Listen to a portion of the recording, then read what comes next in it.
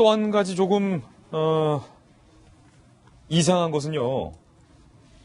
119 당시 신고 당시에 유승현 전 의장이 때려서 기절한 아내에게 아내가 아니라 환자라고 불렀던 대목이 이 녹취 파일에는 등장을 하는데 조금 전 허은하 소장님께서 말씀하셨던 119 녹취 파일 좀 한번 먼저 보고서 이야기를 좀 이어가겠습니다.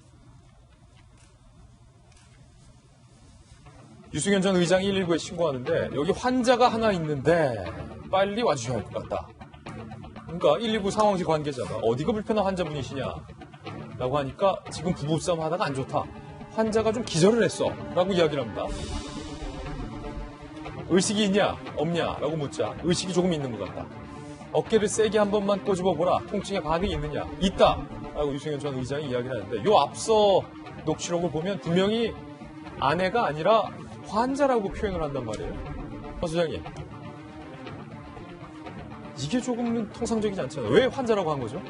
기본적으로 저희가 거짓말을 알아내는 가장 중요한 핵심의 그 상황이 있는데요. 그게 바로 돌발 상황입니다. 내가 어찌할 바 몰라 할 때 하는 돌발 상황을 보면 그 사람의 심리를 알 수가 있어요.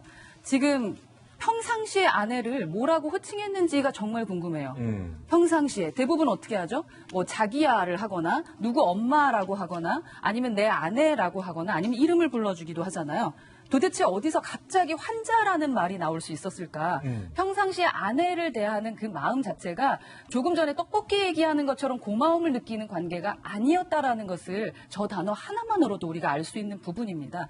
평상시에 그 사람이 그 사람을 누구의 님자를 붙이지 않는 거로도 화가 나는 사람들이 있어요. 그런데 지금 이미 죽었다라고 저는 얘기를 들었는데 죽어있는 내 아내를 보고 내 아이들을 키워준 내 부인을 보고 환자라고 말한다면 저 사람이 환자입니다. 저 사람이 환자다. 예. 서울대 법의학 교수인 유성호 법의학 교수에게 심장 파열과 또 지금 들으셨던 119 녹취 내용에 대해서 전문가의 분석을 의뢰했습니다. 이렇게 분석했습니다. 들어보시죠. 골프채로만 그렇게 한 건 아닌 것 같고요. 고정돼 있는 상태에서 충격을 주면서 흉골이 부러지면서 누워있을 때 골프채로 폭행을 한 다음에 방어 능력이 소실된 상태에서 밟았다든지 됐을 가능성이 더 높지 않을까요? 당연히. 심장이 파열되면 심낭에 피가 들어오면 길어야 1, 2분인데 폭행으로 인해서 만약에 심낭이 파열됐으면 전화를 걸 당시 숨이 있었다라고 얘기한 걸 믿을 수 있을지 모르겠네요. 지금 충격적인 이야기들 법의학 교수에게 듣고 있는데 지금 보도된 것 이상으로 사실은 더 심한 폭행이 있을 수 있다는 가능성과 두 번째는 저 119 신고 당시 유승현 전 의장의 저 신고 내용도 거짓일 수 있다는 가능성을 법의학 교수가 얘기했습니다. 국가수 부검 결과 심장 파열이 드러났잖아요. 김병현 박사님. 불가사님. 불과 숨지기 전까지는 1분밖에 안 된다. 환자가 좀 아직 의식이 있다라는 저 신고 내용도 거짓일 수 있다는 거예요. 충분히 그럴 개연성이 있죠. 지금 현재 이 구속이 돼 있는 상황에서는 폭행치사 혐의로 영장이 청구된 것으로 보이는데요. 보다 명확하게 국가수의 최종적인 결과가 나오게 되면은 여기서 살인죄를 당연히 적용해야 된다라고 하는 의견들이 적용될 수 있을 것 같고요. 지금 현장에서 발견된 것은 혈흔이 묻은 골프채가 있지 않습니까?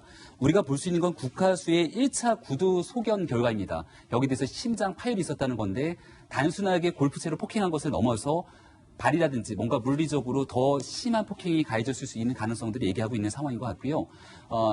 이 사망에 이른 아내의 몸에는 여러 차례 멍이 들어있었다고 합니다. 근데 전문가들의 의견에 따르면 멍이라는 거는 그 당시에 즉각적인 폭행으로 해서 멍이 나타나는 것이 아니라 이미 폭행이 발생하고 난 뒤에 수일이 지난 다음에 멍이 올라올 수 있기 때문에 이번에 이루어졌던 폭행이 1차적인 폭행이 아니라 가정폭력 상태로서의 상습적인 폭행이 있었던 것 아니냐라고 지적되는 측면들도 분명히 존재하는 상황이거든요.